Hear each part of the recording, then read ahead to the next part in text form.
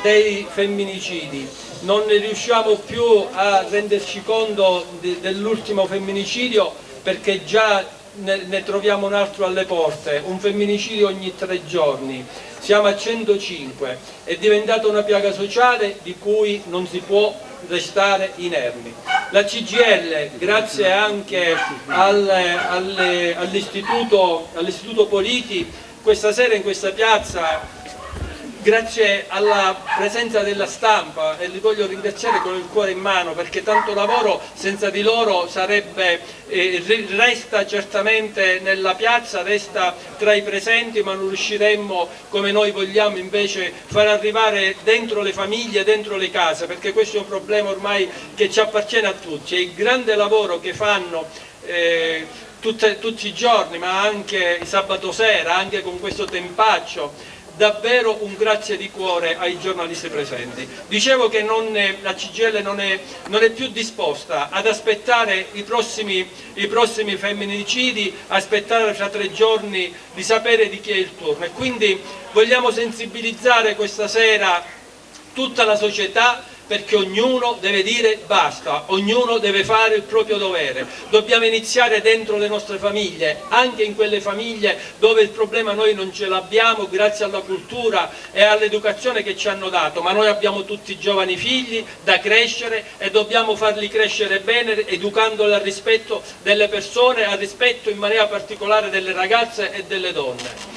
Un grazie particolare, permettetemi di farlo, alle nostre donne della CGIL, tutte, nessuna escluse, con in testa le coordinatrici dei nostri dipartimenti che hanno voluto questa iniziativa. Caterina Sparacino, che ha avuto l'idea, che ci ha messo l'architrave di questa manifestazione, e Maria Concetta Barba, che ha fatto un brillante lavoro all'interno dell'istituto dove lavora con tutte queste ragazze e questi ragazzi. Avrete modo di vedere voi stessi il grande lavoro che hanno fatto. Naturalmente un affettuoso abbraccio lo debbo al mio segretario regionale Mannino, che mi sopporta, oltre a supportare con la sua presenza, perché tutte le volte che ne abbiamo di bisogno, per le sue doti umane, per le sue qualità politiche, è sempre presente. E al mio compagno, caro amico Ignazio Giudice della segreteria regionale. Grazie, e godiamoci questa serata, che sia l'inizio davvero di una grande lotta per sconfiggere la violenza contro le donne. Bravo!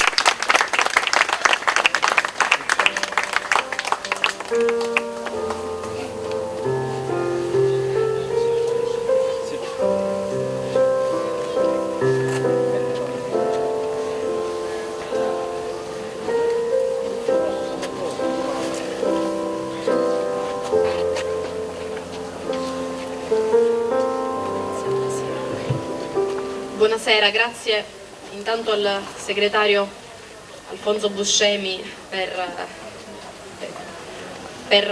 averci aiutato nell'organizzazione di questa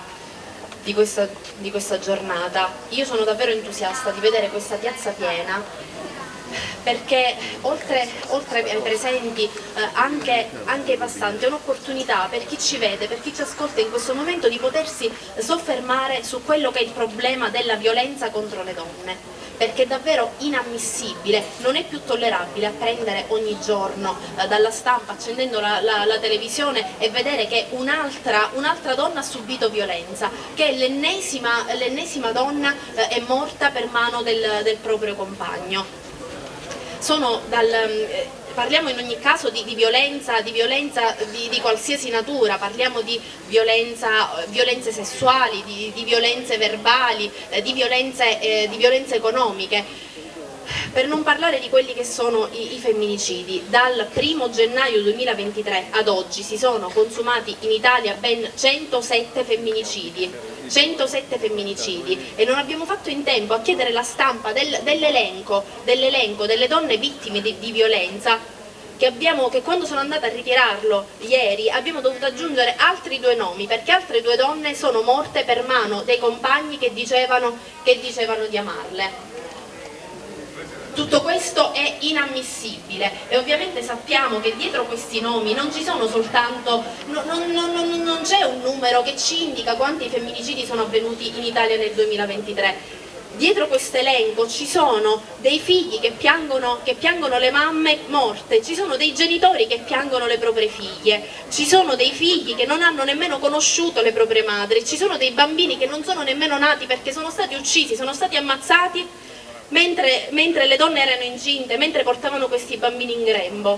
È veramente intollerabile tutto questo e oggi siamo qua per dire basta, vogliamo lanciare un segnale per gli strumenti che abbiamo a disposizione per dire basta alla violenza contro le donne, e lo facciamo innanzitutto partendo dagli uomini, perché deve essere chiaro il concetto, l'abbiamo detto più volte, che il problema della violenza contro le donne non sono le donne, sono gli uomini. Il problema della violenza contro le donne non riguarda le donne che devono vestirsi in un modo piuttosto che in un altro. Non sono le donne che devono fare dei corsi di autodifesa, le donne che la sera devono camminare in gruppo perché non si sa quello che può succedere.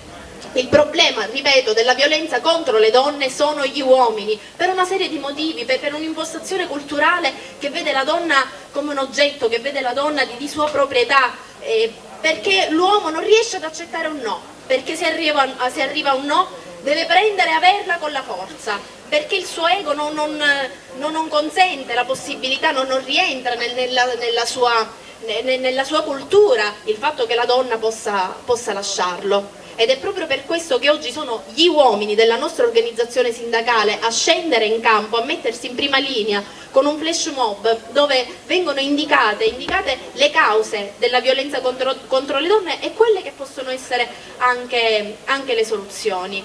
Ovviamente noi dobbiamo fare tutto quello che è a nostra disposizione. Dobbiamo partire dalle famiglie, nell'educazione familiare, all'interno delle scuole. Oggi infatti ci sono gli studenti qua assieme a noi, sui posti di lavoro, oltre che ovviamente le istituzioni devono fare qualcosa. E forse fino ad oggi non è avvenuto da parte del governo, che tra l'altro, scusatemi, che prevede anche, c'è la prima donna premier, non sono avvenuti, non abbiamo visto degli strumenti, nessun intervento forte, efficace per contrastare questi femminicidi. Noi sappiamo però che la CGIL c'è e ci sarà sempre, si muoverà sempre in questa direzione per un paese libero dalla violenza e dalle discriminazioni di genere. Lo facciamo da cittadini e lo facciamo anche da genitori, perché la nostra è una responsabilità troppo importante e nessuno deve tirarsi indietro.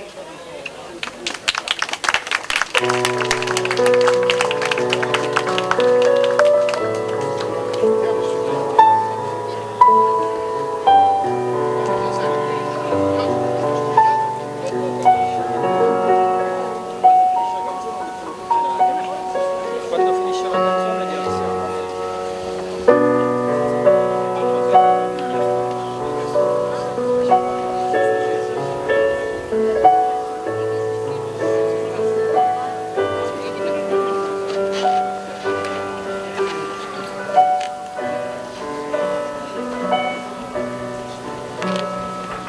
È vero, credetemi, è accaduto di notte su di un ponte, guardando l'acqua scura con la dannata voglia di fare un tuffo giù.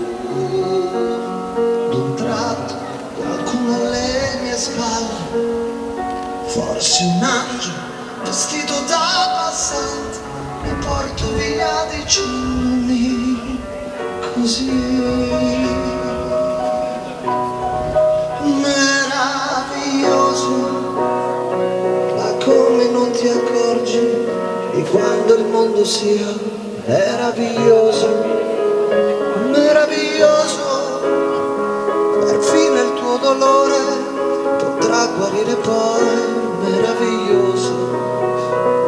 Ma guarda intorno a te, che doni ti hanno fatto, ti hanno inventato il mare, tu dici non ho niente, ti sembra niente il sole, la vita, l'amore, oh, meraviglioso, il bene di una donna che ama solo te, meraviglioso, la luce di un mattino, l'abbraccio di un amico, il riso di un bambino, meraviglioso,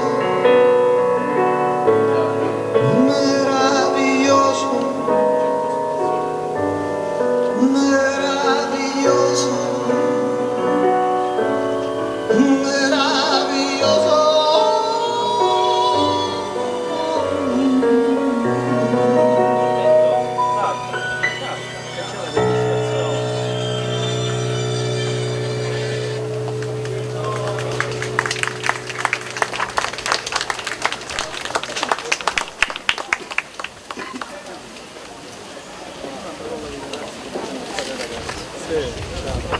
Allora, a questo punto parleranno i nostri giovani, quei giovani che sono il nostro futuro, sono la nostra speranza, quei giovani che sono educati dalle famiglie, devono essere educati dalle famiglie, con la scuola, alla riflessione su tutto ciò che sta succedendo, su tutto ciò che è la storia dei rapporti tra uomini e donne. Questi giovani meravigliosi che se solo noi diamo loro il modo di riflettere, danno voce alla loro immensa sensibilità, come vedremo stasera, con interventi che sono tratti da scritti di altri, ma vi farò vedere, vedrete, avrete modo di vedere come questi ragazzi con la loro grandissima sensibilità hanno manifestato con i disegni, hanno manifestato con le poesie, con le loro storie anche personali, il loro vissuto. Dobbiamo avere fiducia come famiglie, come scuola, come sindacato, come società in questi giovani. Dobbiamo semplicemente dare loro dei modelli, perché a qualsiasi livello della scala sociale, ricordiamocelo, ciò che conta è l'esempio. L'esempio deve venire dalle famiglie, dai nostri uomini, l'esempio deve venire dalle scuole, dalle classi, dagli insegnanti, da tutti noi. Forse noi possiamo prendere ancora di più esempio da loro, che sono i giovani, che sono ancora puri, belli dentro, capendo anche nel caso le loro difficoltà e il loro disagio. Però oggi godiamoci questo momento.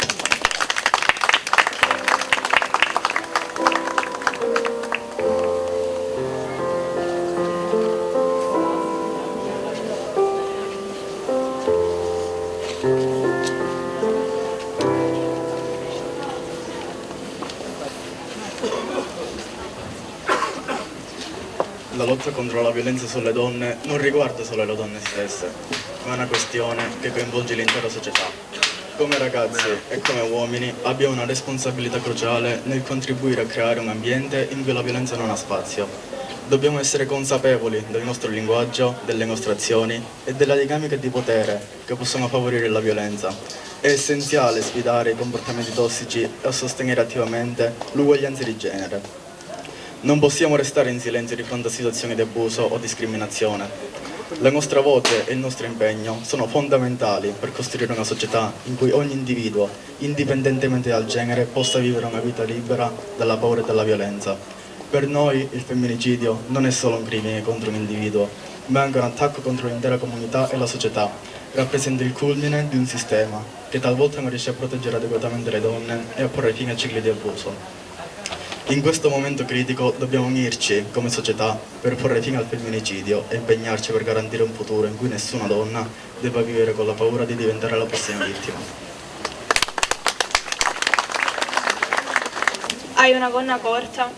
Hai una gonna corta e qualcuno ti fischia da dietro. Te la sei cercata. Dillo. Avvicinandoti al... Ti metti dei pantaloncini attillati e mentre stai ballando ti arriva una pacca sul sedere. Te la sei cercata. Fai un sorriso di al cameriere che ti aiuta a rimetterti il cappotto. A quando più tardi torni in macchina dal tuo ragazzo ti dà uno schiaffo. Te la sei cercata. Hai lasciato tuo marito perché semplicemente non l'amavi più, eh? Sul portone di casa ti scrive lettere cubitali, prostituta. Te la sei cercata. Poi magari una sera torni a casa da sola e ti accorgi che c'è qualcuno che ti segue. Allora affretti il passo, provi a scappare, urlare, ma lui ti ha già raggiunta, già sta lì, ti stringe i polsi e ti spinge contro il muro. E quello che succede più tardi in quel vicolo è più buio di quanto tu possa pensare. Te la sei cercata. E allora denunci, ma le domande che si fanno sono del tipo: come era vestita lei? Si era bottonata bene la camicetta? Ed è chiaro, è chiarissimo, che stanno pensando ad una cosa sola. Che te la sei cercata. 6.788 donne hanno denunciato violenza di ogni genere, sia fisica che sessuale, ma quando diciamo basta e proviamo a alzare la testa ci accusano, parlano di caccia alle streghe, di delirio femminista, poi però ci trovano sgozzate, stuprate e uccise. Non ce la siamo cercata, non ce la cercheremo mai. Te la sei cercata.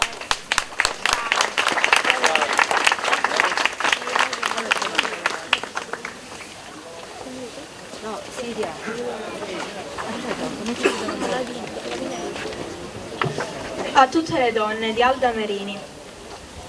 Fragile, opulenta donna, matrice del paradiso. Sei un granello di colpa, anche agli occhi di Dio, malgrado le tue sante guerre per l'emancipazione. Spaccarono la tua bellezza e rimane uno scheletro d'amore, che però grida ancora vendetta. E soltanto tu riesci ancora a piangere. Poi ti volgi e vedi ancora i tuoi figli. Poi ti volti e non sai ancora dire, e taci meravigliata. E allora diventi grande come la terra e innalzi il tuo canto d'amore.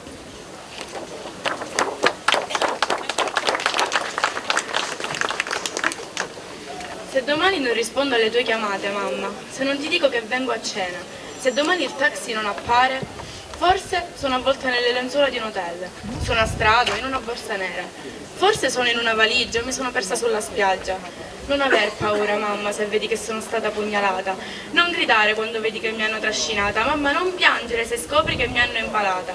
Ti diranno che sono stata io, che non ho urlato, che erano i miei vestiti, l'alcol nel sangue. Ti diranno che era giusto, che ero da sola, che il mio ex psicopatico avesse delle ragioni, che ero infedele, che ero una puttana.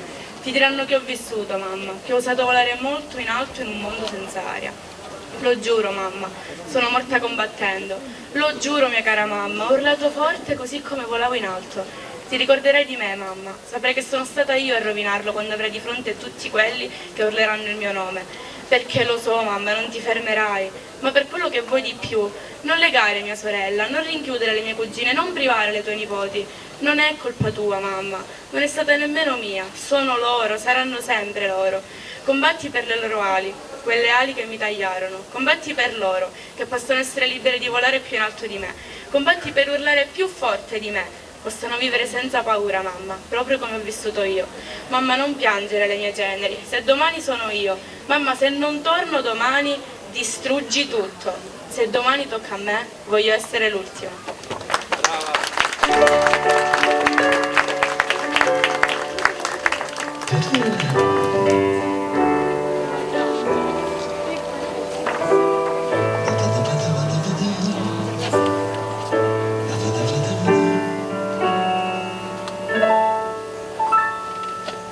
Si cammina per la strada senza nemmeno guardare per terra. Sei una donna che voglia di fare la guerra. Se ne ha patito troppo, se li ha già visto che cosa ti può crollare addosso, se li è già stata punita per ogni sua distrazione e debolezza, per ogni candida carezza, nata per non sentire l'amarezza.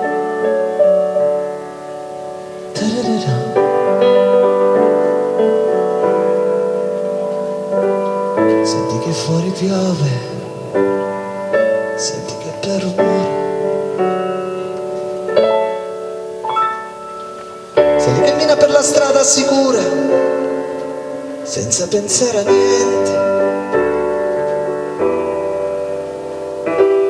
Ormai guarda la gente con aria indifferente. Oh, sono lontani quei momenti quando lo sguardo provocava turbamenti, quando la vita era più facile e si potevano mangiare anche le fragole, perché la vita è un come la mia, un equilibrio sopra la follia, sopra la follia. Tararara.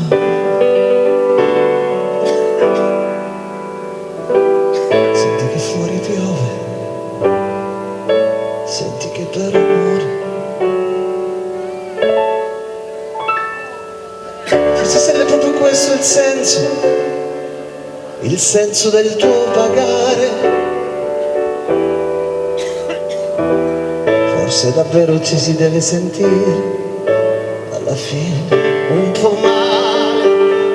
Oh, forse alla fine di questa triste storia qualcuno troverà il coraggio per affrontare i sensi di colpa e cancellarli da questo viaggio, per vivere davvero ogni momento con il suo turbamento, come se fosse l'ultimo.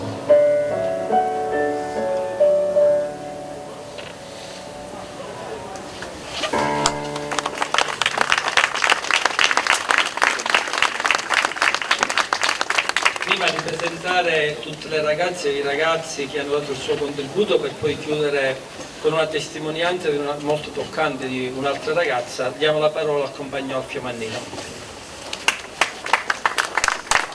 Buona serata a tutte e a tutti. Io davvero, non è un ringraziamento formale, voglio ringraziare Alfonso per l'invito e avermi dato il privilegio di essere qui stasera in questa splendida iniziativa in cui si sentono davvero tante emozioni che attraversano questa piazza. E ringrazio quindi Maria Concetta, Caterina per aver costruito con questa intensità questa serata. Guardate, io credo che la violenza sulle donne, appunto è stato detto, non è una responsabilità delle donne, ma è colpa di noi uomini. È colpa di noi uomini la responsabilità che noi portiamo dentro, è anche il frutto della nostra fragilità e rispondiamo alla nostra fragilità appunto con violenza. Guardate, a me dell'ultimo episodio ha colpito una cosa, al netto della giovane età di Giulia, ma ciò che mi ha colpito è una delle ragioni che hanno portato quello che era il suo ex compagno a fare questo gesto. E una delle ragioni era appunto che lui gli chiedeva di non continuare il suo percorso di studi e di non laurearsi prima di lui. Questa è la dimostrazione appunto della fragilità di noi uomini e attraverso la nostra, e rispondiamo a questa fragilità appunto con la violenza, perché non possiamo accettare che una donna si emancipa prima di noi, si possa laureare prima di noi, si possa affermare prima di noi, possa dimostrare nel suo contesto che è più brava, più intelligente, più determinata dell'uomo che le è stato accanto. Questo io credo che sia uno degli elementi su cui noi dobbiamo riflettere. E perché oggi la CGIL è in piazza? Perché oggi la CGIL è stata in tanti luoghi come questo ed è qui oggi ad Agrigento? Perché noi pensiamo e immaginiamo che certo noi dobbiamo fare un lavoro di grande prevenzione nelle scuole, con un grande processo di formazione, di informazione, di educazione, ma noi dobbiamo cambiare questa società a partire nei luoghi di lavoro, dove magari non ci sarà il femminicidio, ma dove le donne sono costrette a subire soprusi, sono costrette a subire atti di discriminazione, sono costrette a subire magari il part-time involontario, sono quelle che sono costrette a subire una condizione di disoccupazione, talvolta perché appunto hanno deciso di fare un figlio e di poter dedicare parte della sua vita alla propria famiglia. Quelle donne che sono costrette a lavorare a parità di qualifica con gli uomini, a avere una condizione salariale diversa rispetto a quella degli uomini.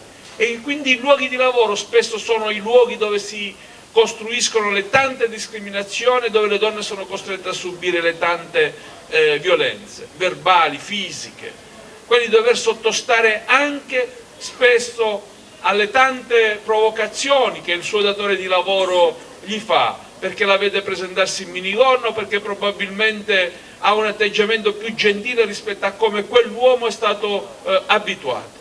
E allora noi dobbiamo avere la consapevolezza che a partire dai luoghi di lavoro dobbiamo costruire una società più giusta, e una società più giusta ha come presupposto il fatto che innanzitutto le donne debbano essere rispettate in quanto donne.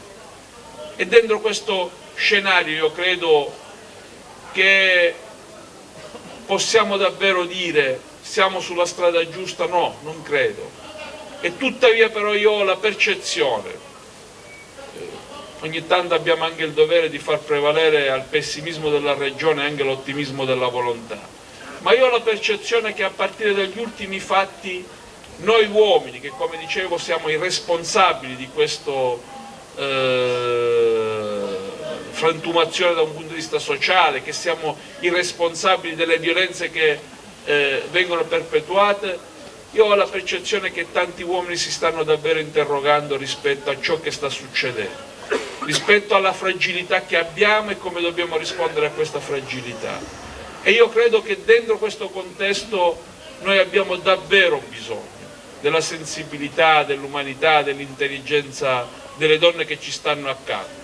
Però il passo decisivo lo dobbiamo fare noi, e farlo significa davvero provare a ricostruire questo paese da un punto di vista sociale, ricostruirlo da un punto di vista anche morale ed etico.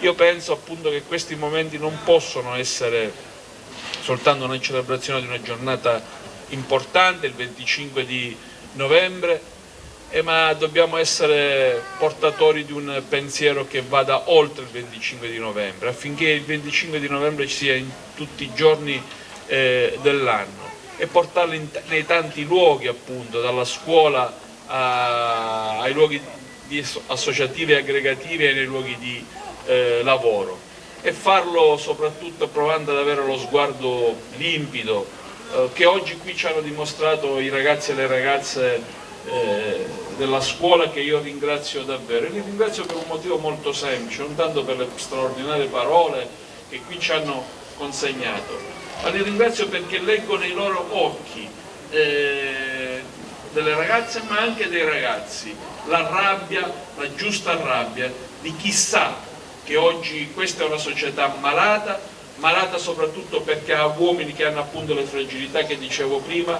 ma che da questa malattia si esce solo se le donne e gli uomini possono davvero provare a vivere i loro rapporti con grande umanità, e soprattutto farlo nel rispetto delle differenze che ci sono. E alle donne dico: noi abbiamo tanto, ma tanto bisogno di voi, non lasciateci soli.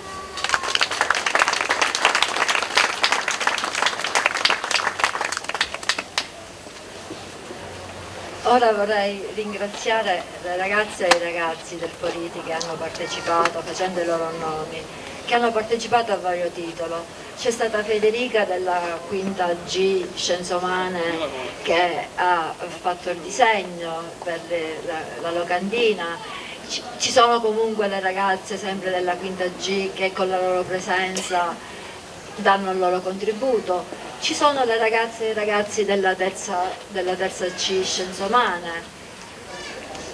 Abbiamo Manuel, abbiamo i nostri ragazzi che dico sempre io, coltiviamoli, ce li dobbiamo coltivare questi ragazzi.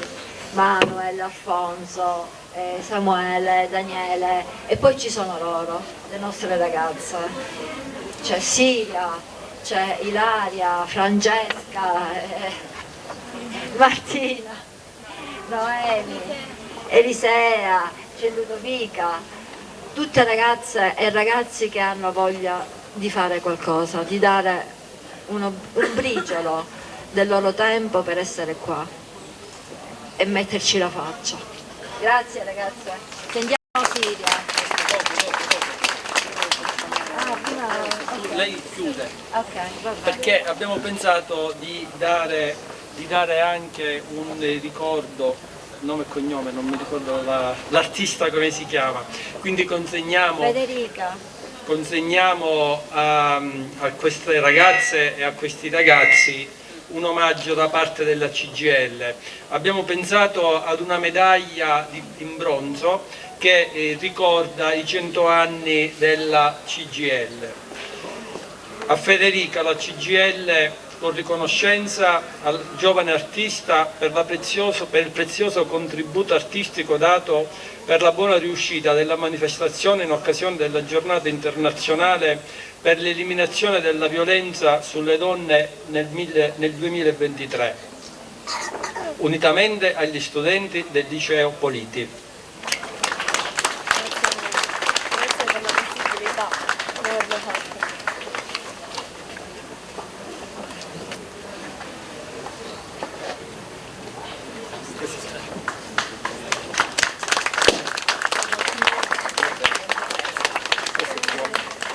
Grazie. Il segretario regionale Alfio Mannino la consegna invece alla classe. C Scienze Umane.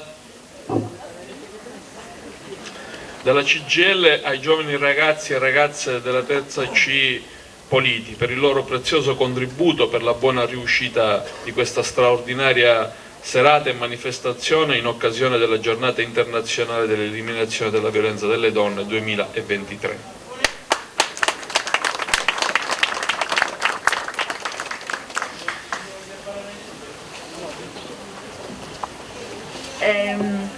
È qualcosa di molto personale. Siria ci ha messo la faccia. Siria Messina. Hai 14 anni, stai crescendo pian piano, cambiano tante cose attorno a te, scuola nuova, persone nuove, ma i sogni restano sempre quelli di quando eri piccina, provare quell'amore, provare quell'amore che ti ricordi i film che guardi con tuo sorello. Allora continua a sognare, fin quando il tuo cammino non incrocia quello suo. Non piacciono le tue amiche, ma tu sei fermamente convinta che non bisogna fermarsi alla copertina, ma bisogna leggere pagina per pagina di quel libro. Allora comincia a sfogliare le prime pagine, tutta quell'emozione di iniziare una storia nuova, di scoprire giorno dopo giorno una pagina diversa, senza la fretta di leggerle, ma con la voglia di comprenderle. Allora leggi e provi delle emozioni contrastanti. Alcuni capitoli li trovi fin troppo belli per essere veri, e altri non ti convincono. Poi si stonano con il resto della trama, ma continui e ti ci appassioni sempre di più. Questo mistero ti affascina, ti intriga e ti fa andare avanti con la lettura. Lo apprezzi sempre di più, desideri che non finisca, ma la lettura giunge al termine. Qualcosa ti catapulta nella realtà. La fiaba è finita. Sì, Siria, sei tornata nella realtà. Stai cominciando a notare dei piccoli difetti. Comincia a dirti che i tuoi vestiti sono inopportuni, che forse metterli sempre il sabato sera è un po' esagerato, ma pensi che forse lui è una persona più semplice e il tuo abbigliamento lo fa sentire a disagio.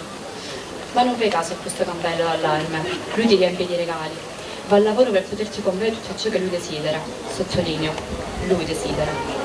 Ti dice che sei la ragazza più importante e per te che sei così piccola e insicura è la cosa più bella che le tue orecchie possono sentire. Ma un giorno ti vede andare a quella serata delle ragazze, perché secondo lui le tue amiche, essendo single, sono in cerca.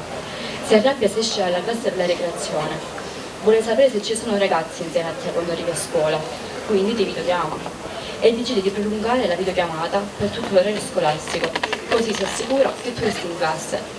E tu cosa fai? Acconsenti? Certo che acconsenti, non puoi mica perdere tutte quelle attenzioni per delle stupide abitudini. I giorni passano, tua mamma bussa alla porta e ti domanda perché sei così nervosa, come mai non esci più, perché non vedi più le ragazze, e tu, nervosa dopo aver litigato ore e ore con lui per aver salutato un amico, le rispondi male e dice che deve uscire dalla camera e non deve parlarti più. Mamma ti proibisce di uscire, se non con le amiche che lei conosce, hai il sospetto che ci sia qualcuno, ma così non lo puoi più vedere.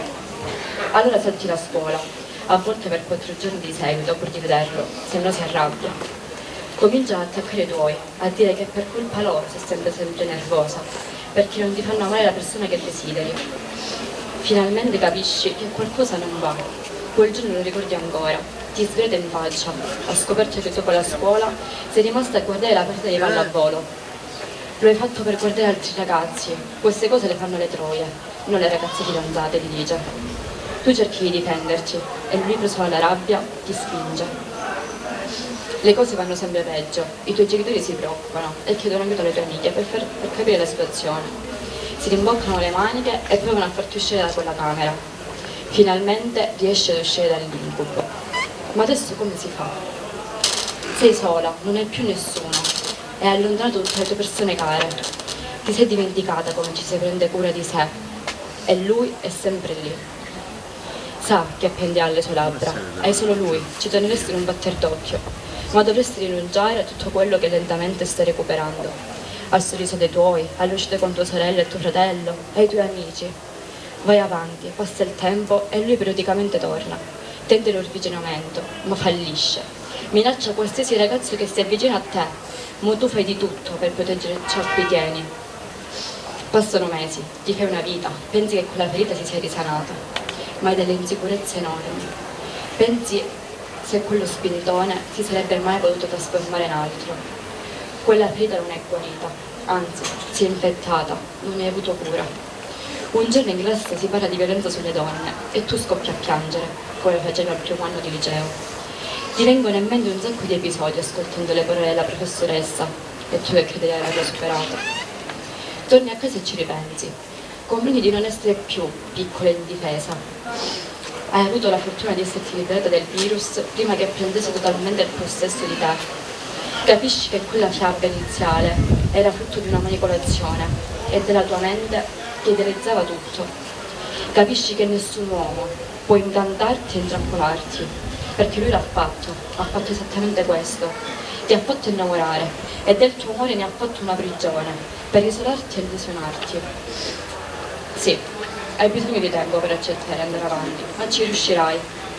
Lui potrà avere tutto il tempo del mondo, ma se il mondo in cui viviamo resta tale, non potrà mai cambiare. E se tu, come me, credi per un solo istante di essere piccola e indifesa senza di lui, che sei tu la puttana, che lui forse ha ragione a controllarti 24 ore su 24. Ricordati che non sei sola e non lo sarai mai se avrai l'aiuto di altre donne forti come te accanto, perché da sole possiamo fare un po' di rumore, ma insieme possiamo fare un gran chiasso.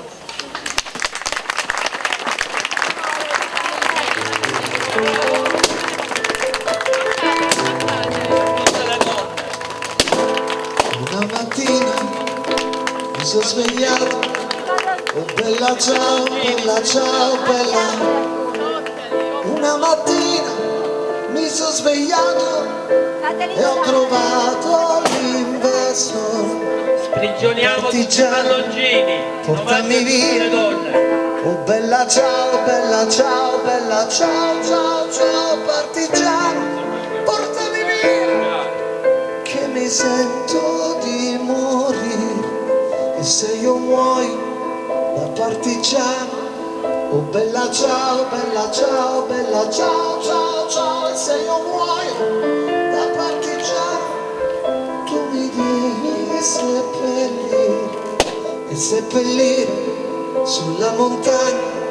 Oh bella ciao, bella ciao, bella ciao, ciao, ciao, e seppellire sulla montagna sotto l'ombra di un bel fiore tutte le genti che passeranno. Oh bella ciao, bella ciao, bella ciao, ciao, ciao, tutte le genti che passeranno, ti diranno che bei fiori, e questo è il fiore del partigiano. Oh bella ciao, bella ciao, bella ciao, ciao, ciao, e questo è il fiore del partigiano morto per la libertà.